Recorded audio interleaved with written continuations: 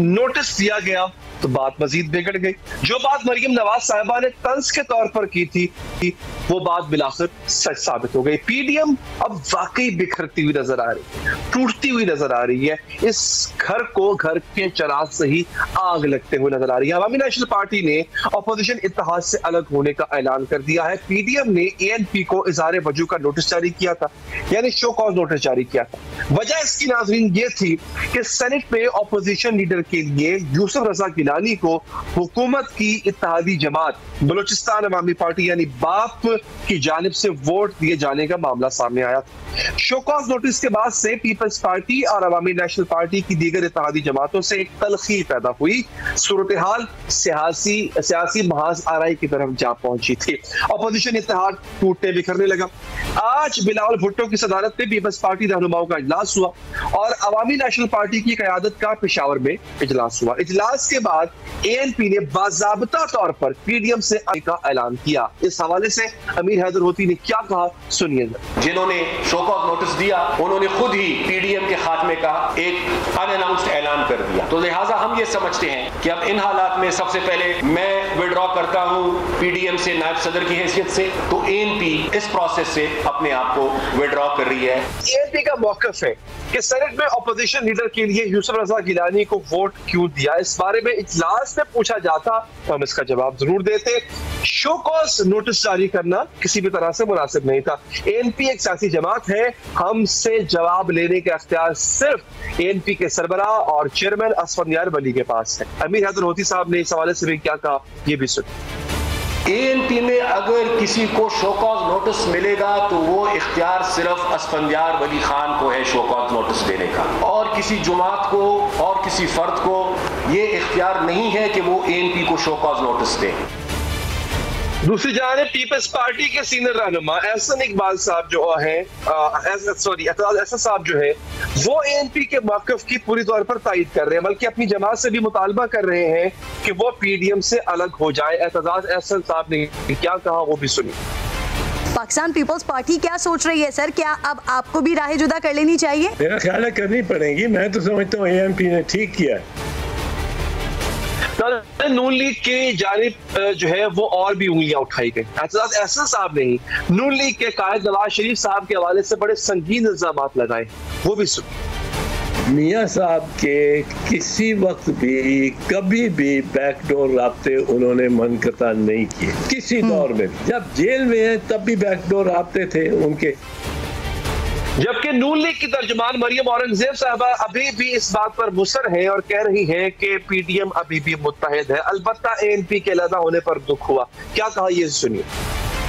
ये कानूनी चारागुजोई नहीं है, ये एक इत्तेहाद है। उस इत्तेहाद के एक फैसले को तोड़ा गया और जो उस इत्तेहाद का बयानिया था उसकी नफी की गई। उस पर उस इत्तेहाद ने पूछा है कि ये बता दें कि आपने ये काम क्यों किया। ये उस इत्तेहाद का अंदरूनी मामला है। 10 जमातें हैं, 2 जमातों से ये बात पूछी गई। एएनपी का ऐलान सुनकर मुझे अफसोस हुआ, दुख हुआ। तो नाज़रीन, क्या वाकई ही इन दोनों जमातों के दरमियान जो मामलात हैं वो पॉइंट ऑफ नो रिटर्न पर पहुंच चुके हैं? पीडीएम क्या वाकई तितर बितर होने जा रही है?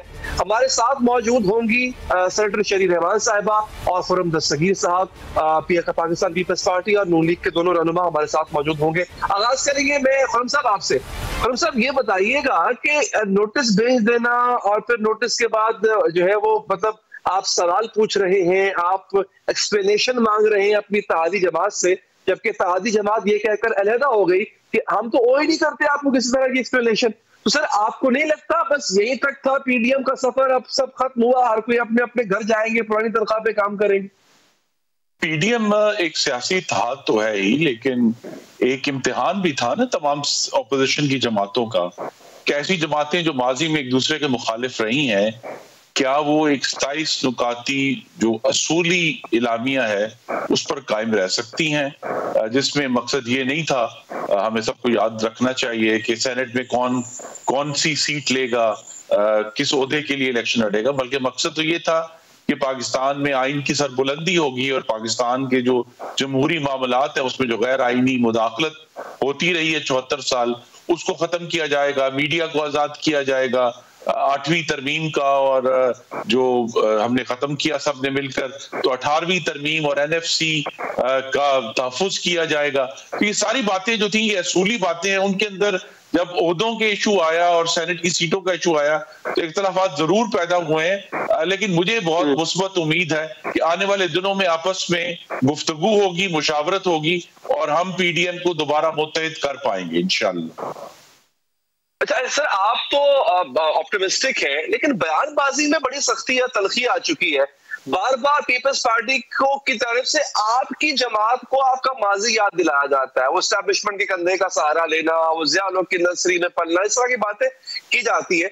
अच्छा, लेकिन आपको नहीं लगता सर इस दूरी की वजह कहीं आप भी है? पीपल्स पार्टी आप पे भी इल्जाम लगाती है कि जो पंजाब में आपने सेनेट की सीट एडजस्टमेंट की है वो पहला धोखा था, वो पहला खंजर था जो आपने PDM की हीट में घोंपा, उसके बाद फिर एक सिलसिला चल पड़ा। माजी को अगर हम कंगालेंगे तो उसमें से तलखी आएगी।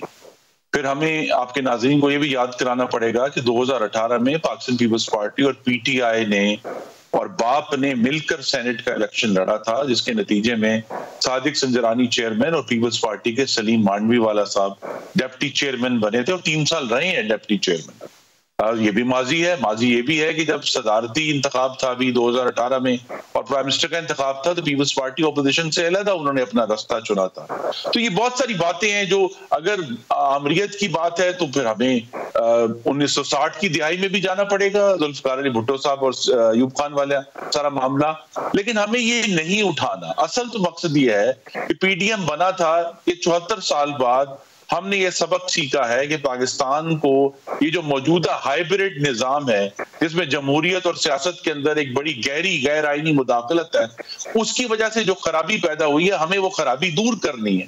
ये उसका एक असूली मौक़िफ़ था जो तमाम जमातों ने अपनाया। और अभी भी मैं समझता हूँ पाकिस्तान पीपल्स पार्टी और PMLN का जो एक बुनियाद है वो 2006 का मिसाक जमहूरियत भी है। हमने एक टर्म दोनों जमातों की रही है, उसमें भी तलखियों के बावजूद कोशिश यही की कि हम मुदाखलत से पाक रहकर अपनी हुकूमतें चला सकें। तो एक जरूर बुनियाद मौजूद है, वफामत की भी, बिलाशुबा लड़ाई की भी एक बड़ी बुनियाद मौजूद है माजी में। लेकिन अगर हमने आगे जाना है और सबक सीखना है, ऐसी सूरत में भी जब अगली नस्ल जो है वो बिलावल भुट्टो जरदारी और मरीम नवाज की सूरत में सामने आ चुकी है कि हम जमहूरियत और पाकिस्तान की आवाम का जो हक़ हाकमियत है उसकी जिद्दोजहद जारी रखें और सीटों और ओहदों के लिए एक दूसरे से इख्तलाफ ना करें। अच्छा, ये तो आप डायरेक्ट बात कर रहे हैं ना पीपल्स पार्टी की ऑपोजिशन लीडर के ओहदे की, उससे पहले चेयरमैन के ओहदे की, तो आप ये इशारा आपका पीपल्स पार्टी की तरफ ही है। लेकिन सर अगर आप बात करें ट्रस्ट की तो वो ख्वाजा आसिफ शायद PDM बनने से पहले भी कह चुके थे, उनका बयान बड़ा मशहूर हुआ था कि वो जरदारी साहब पे ट्रस्ट नहीं करते। ही डजंट बिलीव कि जरदारी साहब जो है वो PMLN से सिंसियर होंगे। सर ये जो ट्रस्ट इशू है, आपको लगता है कि कहीं पीपल्स पार्टी ने एस्टैब्लिशमेंट के साथ कुर्बत हासिल कर ली है या करने की खातिर ये सब कुछ किया? ये आवाजें आपके हलकों से अभी भी आ रही हैं, बल्कि अब तो ज्यादा गूंज के साथ आ रही हैं, Peoples Party has struck some deal और some kind of thing like this. जी, जब तक इसका वाज़े इजहार नहीं हो जाता, हमें तो यही मेरे ख्याल में तो कोशिश यही होगी कि हम इस बात पर यकीन करें कि जिस पीपल्स पार्टी ने 20 सितंबर 2020 को PDM के एलानिये पर दस्तखत किए थे, ये वही पीपल्स पार्टी है कि तमाम तर इख्तलाफात और पुरानी जो मुखासमत है उसके बावजूद हमने एक रास्ता ढूंढा आगे जाने का। वरना हकीकत ये है कि ANP तो 2018 से बाप पार्टी के साथ बलोचिस्तान में हुकूमत का हिस्सा है, तो वो उनको भी हम PDM में शामिल ना करते। और हमने ये भी देखा है कि वही ANP है जिसने अफरा सयाब खटक जैसे और बुशरा गौहर जैसे बड़े जमहूरी लोग हैं उनको अपनी पार्टी से निकाल दिया है। तो ये सारी बातें समझते बूझते हुए ही PDM को इकट्ठा किया गया था, क्योंकि अवाम का जो मकसद है वो ये है कि उन्हें इस हाइब्रिड निजाम से निजात दिलाई जाए जो मुकम्मल तौर पर नाकाम हो चुका है, जो महंगाई ने अवाम के गले काट दिए हैं, कश्मीर पर हुकूमत पसपाई इख्तियार कर चुकी है। और उससे भी जो है कि इमरान खान साहब आजकल जो है अपनी नाकामी को जमहूरी निजाम की कामयाबी के साथ थोप रहे हैं और इनकलाब ईरान और फ्रांस और वेनेजुएला की बातें कर रहे हैं। ये बातें तो जुबान ज़द-ए-आम हो ही गई हैं, लेकिन मैं असल मसले पे आता हूं। पीपल्स पार्टी को वापस लाने के लिए क्या आप इस्तीफों की शर्त से पीछे हटेंगे? जी देखिए, ये मुशावरत जो है ये पीडीएम के अंदर होनी है, और अभी जो हालिया तलखी है मेरे जाती ओपिनियन में ये पैदा इसलिए हुई है कि हालिया हफ्तों में आपस में जो एक दूसरे के साथ बात करनी थी, जो मुशावरत करनी थी, उसकी कमी रही, और उस कमी जो है वो इस तलखी के नतीजे में आई है। सगीर साहब, सर आपके कीमती वक्त का, अब हम चलेंगे शरी रहमान साहबा की तरफ। शरी साहबा, आपका बहुत बहुत शुक्रिया। एएनपी चली गई है और शो कॉज नोटिस उसकी उनको वजह लग रही है जो उन्होंने बताई है। आप भी बनाना शो कॉज नोटिस पे, आप कह रही है कि चार्जशीट कैसे हम पे कोई फाइल कर सकता है, तो अब आप भी एएनपी के नक्शे कदम पे चल के अनकरीब छोड़ने जा रहे हैं। एक तरह से लाताल्लुकी तो आपकी हो ही चुकी है, बस ऐलान बाकी है, तो छोड़ने जा रहे हैं आप? एएनपी ने जो फैसला किया है वो हमने भी देखा है, और जाहिर है हम एक दूसरे के साथ राब्ते में भी रहते हैं, दूसरी जमातों के साथ भी हैं। जहाँ तक पीपल्स पार्टी का फैसला है, देखिए एएनपी ने तो कहा है कि उनको दीवार से लगाया जा रहा है, और बात तो देखिए है कि आप एक सियासी जमात को, चाहे वो बड़ी हो या छोटी हो, और एएनपी का एक आइडेंटिटी रही है, एक उनका बहुत पुराना तशख्खुस रहा है केपी के हवाले से, और पाकिस्तान के पूरी सियासत में भी, खासतौर में इवन कराची एंड सिंध में आप देख लें कि पीपल्स पार्टी को भी जो जिस तरह उन्होंने चार्जशीट दी है, अब आप पॉलिटिकल पार्टीज को कौन चार्जशीट दे सकता है भाई? आप क्या हैसियत होती है? और ये इस किस्म का कदम उठाना जाहिर है उसका फिर रद्द-ए-अमल भी सख्त होता है, और एएनपी ने अपना रद्द-ए-अमल दे दिया।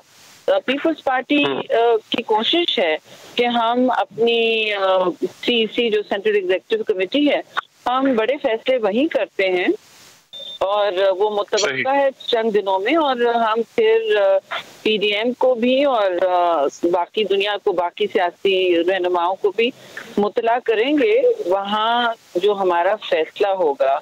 अभी कबल वक्त होगा। हमारी कोशिश हमेशा रही है कि सियासी इत्तेहाद इस तरह के जो लेकिन सेंटर साहब, आपको नहीं लगता ये इत्तेहाद अब सिर्फ बराए नाम रह गया, और आपकी तरफ से तो सिर्फ शायद ऐलान करना बाकी रह गया है? वर्चुअली और फिजिकली आप पीडीएम के साथ नहीं है, आप बिल्कुल एक अलग रास्ते पे चल पड़े हैं, सिर्फ ऐलान करना बाकी है आपकी अलहदगी का। अदरवाइज पीडीएम इटसेल्फ भी यही लग रहा है कि तितर बितर हो चुकी है। मैं ऐसी कोई कबल वक्त बात नहीं करना चाहती। हम एक नई जमात नहीं है, ना हमने मज़ामती सियासत आज से शुरू की है, बल्कि मैं इतना जरूर कहूंगी, जसारत करूंगी ये कहने का कि मज़ामती सियासत असल आमरीत के खिलाफ पीपल्स पार्टी ने ही उसकी जड़ें इस मुल्क में डाली हैं, और जमहूरी, और फिर जाहिर है उसके असर जमहूरियत और उसके सम्राट पे होते हैं, और हमें इसी वजह से बहुत तहफ़्फ़ुज़ है जब बॉयकॉट और रेजिग्नेशन की सियासत की बात होती है। हमारा तल्ख एक तजुर्बा है, और हम कहते रहे कि हमसे बात कर लें, हमसे पूछ लें, और हमारे कुछ हकूक हैं पार्लियामान में, मसलन जैसे लीडर ऑफ अपोजिशन पर एक फजूल में फड्डा क्रिएट किया, जब हमारी वहाँ वाज़ेह अक्सरियत है, और नून लीग के 2 बड़े ओहदे उन्होंने दूसरी हाउस में लिए हुए हैं। तीनों तो कोई एक जमात इस तरह नहीं ले सकती ना एकदम से। हाँ, हमारी लिटरल हकीकी वहाँ अक्सरियत है, जो रूल्स में भी होता है, हमेशा एक तरीका रहा है। तो इस तरह से ये तो नहीं हो सकता कि आप ट्रैक्टर चला दें, रेजिग्नेशन कर दें, फिर जो हमने सारी जिंदगी इसके लिए जिद्दोजहद की है, 1973 का आइन जो 18वीं तरमीम की शक्ल में हम लेके आए, आप उस पर कुछ, फिर कौन उसका तहफ़्फ़ुज़ करेगा? ये हमारे लिए बहुत दूरदर्श सोचने की बातें हैं। छोटे सूबों के भी हुकूक होते हैं, हमें ये सारी बातों को परखना पड़ता है, और ये बात हम सब अपनी सीसी में ले जाएंगे और एक डिलिब्रेटेड रिस्पांस देंगे। हमको, आई नो मीडिया को चाहिए एकदम चटपटा जवाब कि आपका भी सवाल बिल्कुल जायज है कि जी इसको एकदम ये वेंटिलेटर पे है, कुछ लोग कह रहे हैं, कुछ कह रहे हैं। हम चाहते हैं कि ये तवाना हो, जमहूरी कुव्वतें तवाना हो, बजाय इसके कि जो हुकूमत इस वक्त पाकिस्तान को बिल्कुल तबाही पे ले जा रही है, कि नहज पर ले आई है, हम उसको तकवीत नहीं देना चाहते हम। लेकिन सेंटर साहब, आपके इस इक़दाम से हुकूमत को तकवीत तो मिली है ना, आप कमजोर हुए हैं और हुकूमत तवाना हुई है। बिल्कुल इसमें कोई दो राय नहीं है, तलखी हुई है और ये बहुत से लोगों को बुरा भी लगा है, हमारी क़यादत में भी और कारकुन में भी, कि भाई आप कौन होते हैं चार्जशीटें इशू करने। ये तो हमारी तंजीमों में एक दूसरे को मैक्सिमम या दफातर में होता है या सरकार में, या हम एक दूसरे को जवाब दे जहाँ हो। बेशक हम एक दूसरे से एक ट्रस्ट के रिश्ते में हैं, लेकिन ट्रस्ट का रिश्ता तो तब टूटने लगता है जब आपके पीछे मीटिंग्स होती हैं, जब आपसे पहले फाइल कर दिए जाते हैं दस्तखतें, हम जबकि इंतजार कर रहे हैं कि जी नहीं ऐसा कुछ ना हो कि हमारी साथ में जमात अपसेट हो जाए। मसलन जो आए हैं दिलावर साहब हमारी तरफ सेनेट में, वो नून लीग से आए, हमने वो पहली दफा उन्होंने हमसे नहीं इस्तदा की, लेकिन हम देखना चाहते थे कि हमारी जो साथ में जमातें हैं, अलायंसेस हैं, उनको हम साथ लेके चलें, कोई ऐसा कदम ना उठाएं जिससे अपसेट हो। उन्होंने पंजाब में अनअपोज्ड क्यू लीग से किया, हमने कोई चार्जशीट इशू की, उन्होंने खैबर पख्तूनख्वा में हमारे सेनेटर नहीं होने दिया, उनकी हठधर्मी की वजह से अफरीदी साहब को उन्होंने दे दिया और सब कोई नहीं जीता। फिर हमारा बंदा जीत रहा था, मोहतरम सेनेटर फरहतुल्लाह बाबर, फिर जीत जाते। ये सारी सबको पता है बातें, लेकिन हमने इस तरह की पब्लिक में जारहाना गुफ्तगू नहीं की और मैं समझती हूँ इससे किसी को फायदा नहीं होता। लोग आपको परखते हैं, आपकी जमहूरियत को भी परखते हैं और ये जमहूरी तरीका नहीं होता कि आप दूसरी जमात को मतलब डिक्टेशन दें या इस तरह से दीवार से लगाएं। अच्छा, ये जो अभी आपने सेनेटर साहब गुफ्तगू की है, मतलब जो आपने चीजें गिनवाई जो हालिया दिनों में नून लीग ने आपके साथ की है, तासुर ये मिल रहा है कि आपको महसूस हो गया था बहुत पहले से कि आपकी पीठ में छुरा घोंपा जा रहा है, यू आर बीइंग स्टैब्ड। तो क्या ये यही वजह है कि अब जो अलहदगी है उसमें आपकी अभी हो रही है या हो सकती है अलहदगी आपकी पीडीएम से, उसमें ये भी शामिल हो और यही शामिल हो शायद कि नून लीग ने आपकी पीठ में छुरा घोंपा? तो क्योंकि दूसरे कर रहे हैं तो मैं जरूरी नहीं समझती कि ये हमें भी करना चाहिए, लेकिन ये जो ये दोनों इवेंट्स हैं ये तो अभी की बात है, पिछले मतलब 1-2 महीने के। उससे पहले हमारे अच्छे रिश्ते रहे हैं और फिर भी हमने कोशिश की है कि कोई मसला हो, कोई मिसअंडरस्टैंडिंग हो तो उसमें बातचीत से हर चीज हल हो जाती है जी। जंगें मुज़ाकरात की मेज पर हल होती हैं, रियासतें मुज़ाकरात करती हैं, तो क्यों नहीं हम मुज़ाकरात की मेज पर हर चीज एक चाय के कप पर बात नहीं कर सकें। हमारा हमेशा ये रवैया रहा है, दरवाजे खुले रहे, लेकिन अभी हाल में कुछ एक्शंस ऐसे लिए गए हैं जो पीठ के पीछे बातें जो की जाती हैं वो एक अच्छा वो नहीं छोड़ती, मुंह में एक बैड टेस्ट रह जाता है और नहीं चाहते कि ये बैड टेस्ट और भी हो।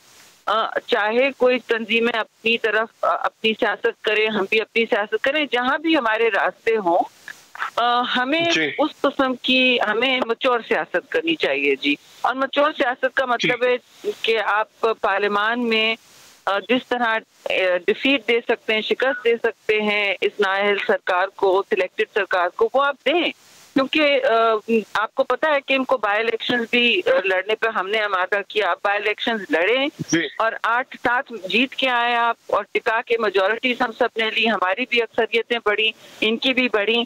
तो ये हमारे लिए मैदान जंग होता है, सेनेट इलेक्शन मैदान जंग।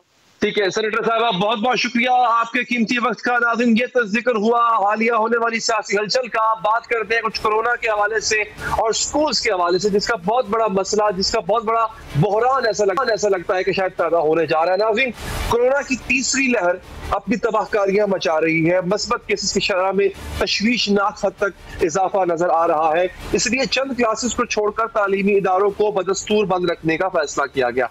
आज NCOC में वज़राए तालीम के इजलास के बाद वफाकी वज़ीर तालीम शफकत महमूद ने बताया कि कोरोना की तीसरी लहर के जोर की वजह से मुतासरा अजला में 1ली से 8वीं जमात तक स्कूल खोले जाएंगे, जबकि इसके बाद जो है वो बाकी जो क्लासेस है नाज़रीन वो बंद रहेगी और ईद तक का जो टाइम है नाज़रीन वो दिया गया।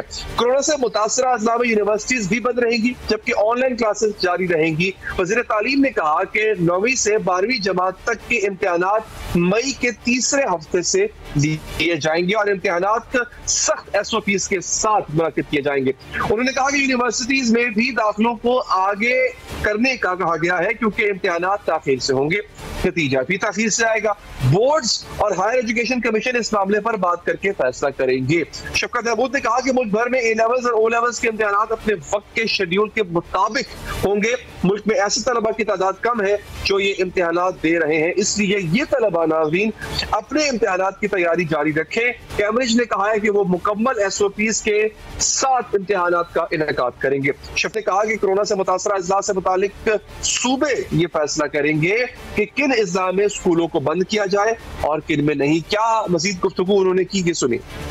जो जिले मुतासिर हैं वहाँ क्लास 1 to 8 जो है वो नहीं होंगी और 28 अप्रैल तक ये क्लासें बंद कर दी गई हैं और जो 9, 10, 11, 12 हैं जिनका आगे इम्तिहान होना है इनको स्ट्रिक्ट SOPs के साथ 19 अप्रैल से हर जगह आने की इजाजत दी जाए और जहाँ पे अफेक्टेड डिस्ट्रिक्ट्स हैं वहाँ पे यूनिवर्सिटीज जो हैं वो भी बंद रहेंगी।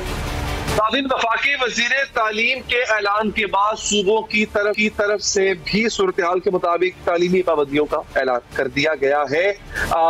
पंजाब हुकूमत 13 अजला में 8वीं तक के स्कूल्स को छोटी ईद तक बंद करने का फैसला किया है, जबकि इसके साथ साथ 9वीं से 12वीं जमात की हफ्ते में 2 क्लासें 19 अप्रैल से शुरू होंगी और तमाम इम्तिहानात शेड्यूल के मुताबिक होंगे। खैबर पख्तूनख्वा सिंध में भी यही जो है ऐसे ही पाबंदियों के साथ तालीमी सरगर्मियों का ऐलान किया गया, जबकि बलूचिस्तान हुकूमत ने कहा है कि कोरोना की शरह कंट्रोल में है, SOPs के साथ तालीमी इदारे खुले रहेंगे। मुल्क में कोरोना की वबा अपने जोरों पर है नाज़रीन। गुज़िश्ता 24 घंटों में 10 माह में सबसे ज्यादा अमवात सामने आई हैं। 103 अफराद कोरोना की वजह से जान की बाजी हार गए, जबकि तकरीबन 4000 नए केसेस की भी तस्दीक हुई। ऐसी सूरत हाल में होना तो ये चाहिए था कि वैक्सीनेशन में हंगामी तौर पर तेजी लाई जाती और जंगी बुनियादों पर इकदाम किए जाते ताकि मुल्क की ज्यादा से ज्यादा आबादी को कम से कम वक्त में वैक्सीनेट किया जा सके, लेकिन सूरत हाल इसके बरक्स दिखाई देती है नाज़रीन। मुल्क में पिछले 63 रोज से कोरोना एंटी वैक्सीनेशन मुहिम जारी, लेकिन सिर्फ 10 लाख लोगों को वैक्सीनेशन दी गई। अगर इस रफ्तार से हम चलते रहते नाज़रीन तो वैक्सीनेशन की मुहिम 10 साल तक जारी रहेगी।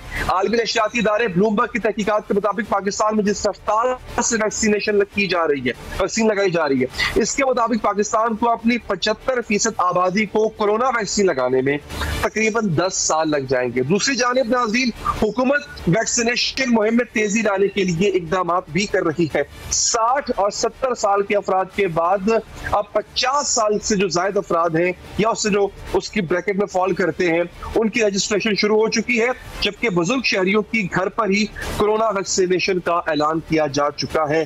NCOC के मुताबिक घर पर वैक्सीनेशन की सहूलत 80 साल से जायद उम्र के अफराद के लिए है। साहिब फराश बुजुर्ग अफराद घर पर वैक्सीनेशन करा सकेंगे, जो कि मैं समझता हूँ बहुत है। एक वक्फा यहाँ पर देते हैं, वक्फे के बाद आपको बताते हैं पंजाब पुलिस से एक बहुत बड़ी रिफॉर्म का आगाज किया है। तकरीबन 1100 पुलिस अफसरान ऐसे हैं जिनको शायद या घर जाना पड़े या अपने ओहदों से फारिग होना पड़े। वो कैसे, आपको बताएंगे इस वक्फे के बाद।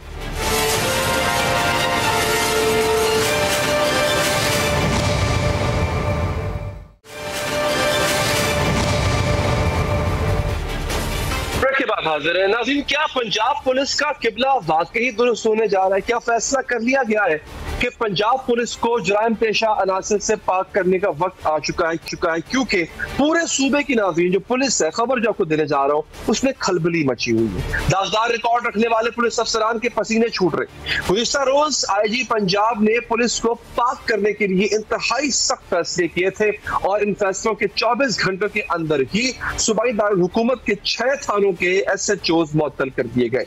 लाहौर पुलिस के तर्जुमान के मुताबिक SHO किला गुरजर सिंह, इंस्पेक्टर मुदस्सर उल्लाह खान और SHO जुनूबी छावनी इंस्पेक्टर मोहम्मद अतीक डोगर को मुअत्तल किया गया। SHO Model Town inspector Azhar Naveed और additional SHO inspector Mohammad Bashir को भी मुअत्तल किया गया। Additional SHO coat Lakhpat sub inspector Ali शेर और additional SHO Nishtar colony sub inspector Asad Abbas को भी मुअत्तल किया जा चुका है। इन तमाम पुलिस अफसरान पर इख्तियारात से तजावुज का इल्जाम था। गुज़िश्ता रोज पंजाब के IG पुलिस इनाम गनी ने अहम इजलास किया और अहकामात जारी किए थे कि 24 घंटों के अंदर मुजरिमाना रिकॉर्ड रखने वाले तमाम SHOs को ओहदों से हटाया जाए।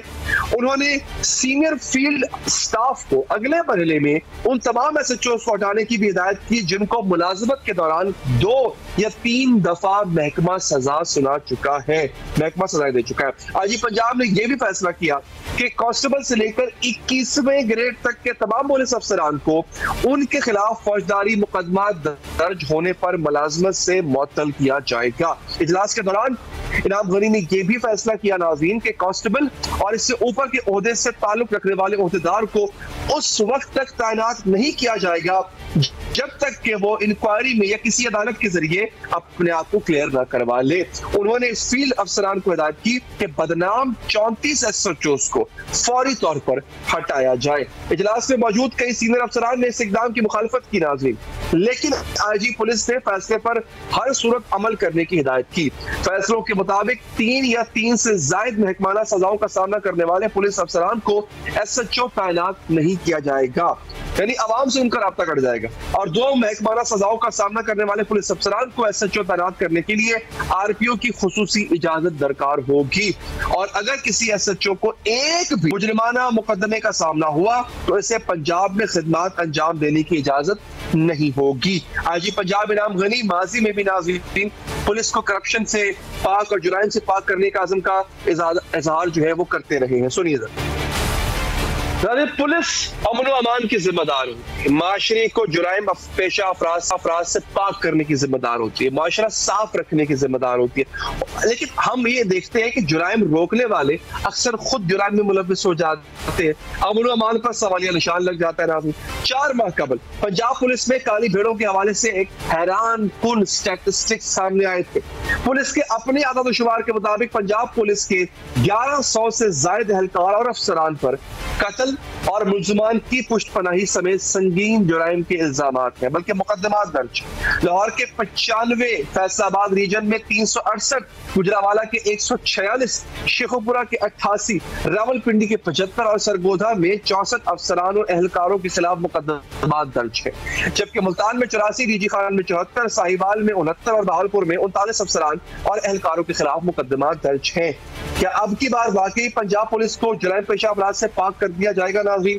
क्या इन फैसलों से वाकई पुलिस का जो है वो तब्दील हो पाएगा और किस तरह से ये रिफॉर्म स्टार्ट किया जाएगा? इसका आगाज कब से होने जा रहा है, किस दिन से इन पुलिस अफसरान को घर भेजा जा रहा है? हम बात करेंगे समा न्यूज के नुमाइंदे रियाज अहमद से। रियाज साहब शुक्रिया, ये बताइएगा ये फैसले पर अमल दरामद कब से शुरू होगा और इतने बड़े पैमाने पर जो अखाड़ पछाड़ होने जा रही है कि मैनेज किस तरह होगी?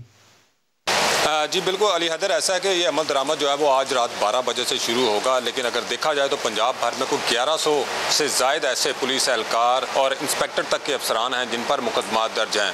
इनमें 440 कांस्टेबल हैं और इसके अलावा 42 जो हैं वो इंस्पेक्टर हैं, 215 सब इंस्पेक्टर हैं, 336 ASI हैं, जबकि 70 हेड कांस्टेबल हैं जिन पर मुख्तलिफ नौइयत के मुकदमा दर्ज किए गए। इनमें कुछ ऐसे भी हैं जिन्होंने तफ्तीश में मुलजमान की फेवर की, उस पर मुकदमा दर्ज किया। कुछ ऐसे हैं जिन्होंने जिनके दौरान ड्यूटी उनसे जो है वो तशद्दुद के दौरान थाने में बंदा जो है वो हलाक हुआ तो उस पर कत्ल का मुकदमा दर्ज है। इसी तरह के दीगर जो है संगीन नौइयत के जो इल्ज़ामात उन पर इस तरह के इन पर मुकदमा दर्ज हैं। लेकिन अगर देखा जाए चूँकि IG पंजाब ने कहा है कि जो SHOs हैं जो वो अब वो लगाए जाएंगे जिन पर मुकदमा दर्ज नहीं है। तो अगर देखा जाए तो पंजाब भर में 42 इंस्पेक्टर हैं और 215 सब इंस्पेक्टर हैं, यही जो है वो SHOs लगते हैं।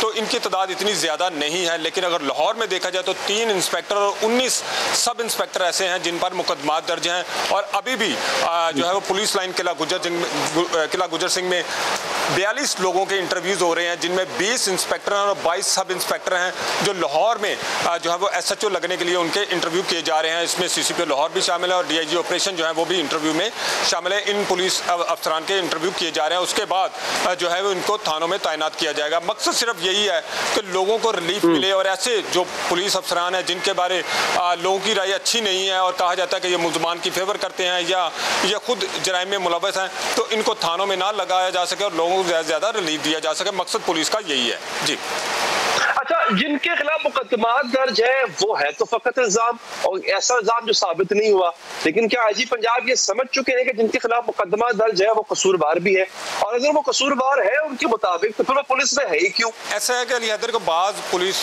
जो अफसरान, जो कांस्टेबल से लेकर जो इंस्पेक्टर तक के अफसरान हैं, उन पर मुकदमा दर्ज होते हैं, उनको डिसमिस भी कर दिया जाता है, लेकिन जो सर्विसेज ट्रिब्यूनल है वहाँ से वो बहाल होकर आ जाते हैं, फिर उनको दोबारा जो है वो मुख्तलिफ सिफारिशें उनकी होती हैं, उन सिफारिशों की बुनियाद पर वो मुख्तलिफ थानों में तैनात हो जाते हैं। इस दफ़ा ये इन्होंने क्राइटेरिया अपनाया कि अब जो भी SHO लगेगा उनको 2 साल के लिए पहले इन्वेस्टिगेशन में जाना पड़ेगा, 2 साल इन्वेस्टिगेशन ऑफिसर के तौर पर वो काम करेंगे, उसके बाद उसको SHO लगाया जाएगा, ताकि जो तफ्तीश में जो नकाइस रह जाते हैं तो वो दूर किए जा सकें और जो मुल्ज़मान हैं उनको ज़्यादा से ज़्यादा सज़ाएँ हो सकें। मकसद सिर्फ IG पंजाब का भी यही है, लेकिन ऐसे जो पुलिस अफसरान जिनके ऊपर मुकदमा आता है, ये उनका अब पुलिस अफसरान का ये दावा है कि अब इनको कभी भी SHO नहीं लगाया जाएगा, यानी कि फील्ड में नहीं लगाया जाएगा, मुख्तलिफ जगहों पर तैनात किया जाएगा, जो पुलिस में और भी बहुत सी जगह हैं, लेकिन फील्ड में शायद इनके लगाए जाने के इम्कान बहुत कम हैं। जी अच्छा, आखिर में मुझे ये बताइए रियाज साहब कि इतने बड़े पैमाने पे 1100 आपने नाम बताए हैं, इतने बड़े पैमाने पे जो अखाड़ पिछाड़ है वो पॉसिबल कैसे हो पाएगी और कितना वक्त इसमें लग जाएगा? ऐसा है कि अली हैदर भाई के अगर देखा जाए तो क्योंकि 42 जो हम इंस्पेक्टर हैं, 215 सब इंस्पेक्टर हैं पूरे पंजाब में जिन पर मुकदमा दर्ज हैं। SHO जो लगते हैं वो सब इंस्पेक्टर हैं या इंस्पेक्टर हैं। इस तरह लाहौर में सिर्फ 22 हैं, यानी कि 3 इंस्पेक्टर हैं और 19 सब इंस्पेक्टर हैं जिन पर मुकदमा दर्ज है, और तकरीबन 88 के करीब जो पुलिस स्टेशन जो है वो थाने हैं जिनमें 88 SHO तैनात हैं। तो इसका मतलब 22 लाहौर में तब्दील होंगे, कुछ की नाकस कारकर्दगी होगी उनकी वजह से उनको तब्दील कर दिया जाएगा, लेकिन 22 ऐसे हैं जिन पर मुकदमा दर्ज है, तो लाहौर में ऐसे हैं।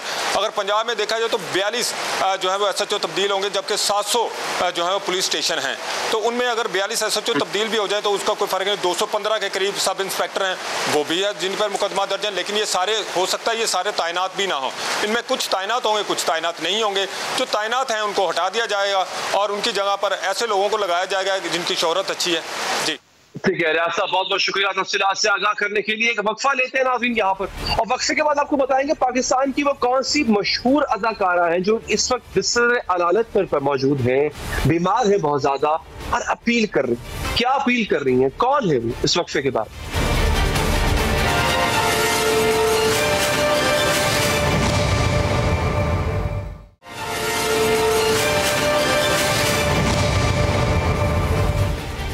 के बाद हाजिर नाज़रीन, करोड़ों दिलों की धड़कनें और लोगों के चेहरों पर मुस्कुराहटें बिखेरने वाले अफराद और वो तबका अपनी आखिरी उम्र पर जब पहुंचता है नाज़रीन तो अकेला रह जाता है, गम, परेशानी, अजियतनाकी का शिकार हो जाता है। मदद को ये लोग तरस जाते, इलाज मुआवजे तक की अपीलों पर मजबूर हो जाते हैं नाज़रीन। इन बदनसीबों में चंद ही खुशकिस्मत होते हैं नाज़रीन कि जिनको तवज्जो मिल जाती है, जिनकी सुन ली जाती है, हुकूमत इनकी मदद को आ जाती है नाज़रीन। कैंसर में मुब्तला मारूफ अदाकारा नायला जाफरी वो इन चंद खुश नसीब खुशकिस्मत फनकारों में से एक है जिनकी मदद की अपील सुन ली गई है।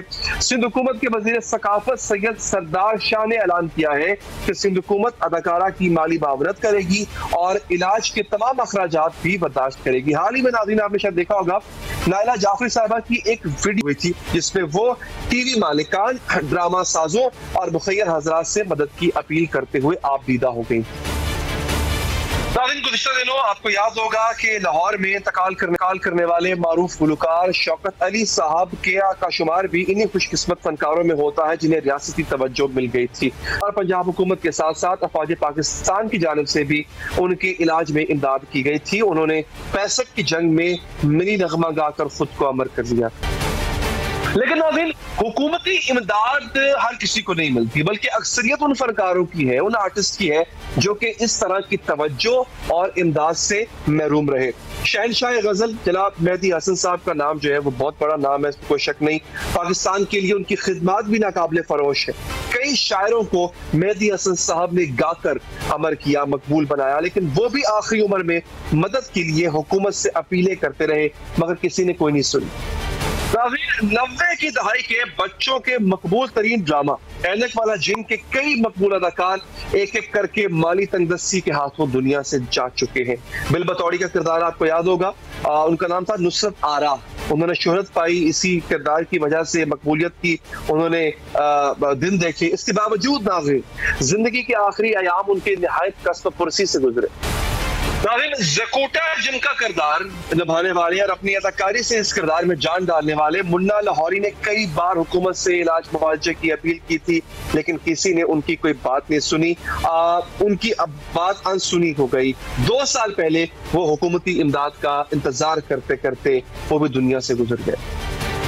लोगों को हंसा हंसा कर पेट में दर्द करवा देने वाले मारूफ कॉमेडियन, मारूफ स्टेज अदाकार मस्ताना 10 अप्रैल 2011 को 57 बरस की उम्र में बहावलपुर के विक्टोरिया अस्पताल में गुर्बत और कैंसर के हाथों दम तोड़ गए थे। मस्ताना के मरने के 5 रोज बाद 15 अप्रैल को नाज़रीन कॉमेडी का एक और बादशाह बब्बू बराल वो 52 बरस की उम्र में जिगर और शुगर की वजह से और इन सबसे बढ़कर पैसों की तंगदस्ती की वजह से वो भी ताब न लाते हुए चल बसे थे।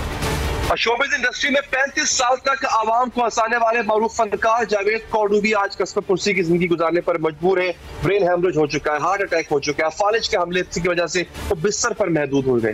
माजी की मारूफ अदाकारा, सदारती अवार्ड याफ्ता अदाकारा रूही बानो को कौन नहीं जानता और उनकी अलमनाक कहानी कौन नहीं जानता। नाज़रीन बेटे के कत्ल का गम लिए वो दुनिया से चली गई, लेकिन हुकूमत इन्हें इंसाफ तक फराहम न कर सकी। इसके साथ ही नाज़रीन प्रोग्राम का वक्त यहाँ पर खत्म हुआ चाहता है। मुझे दीजिए इजाजत, अल्लाह ने के बाद।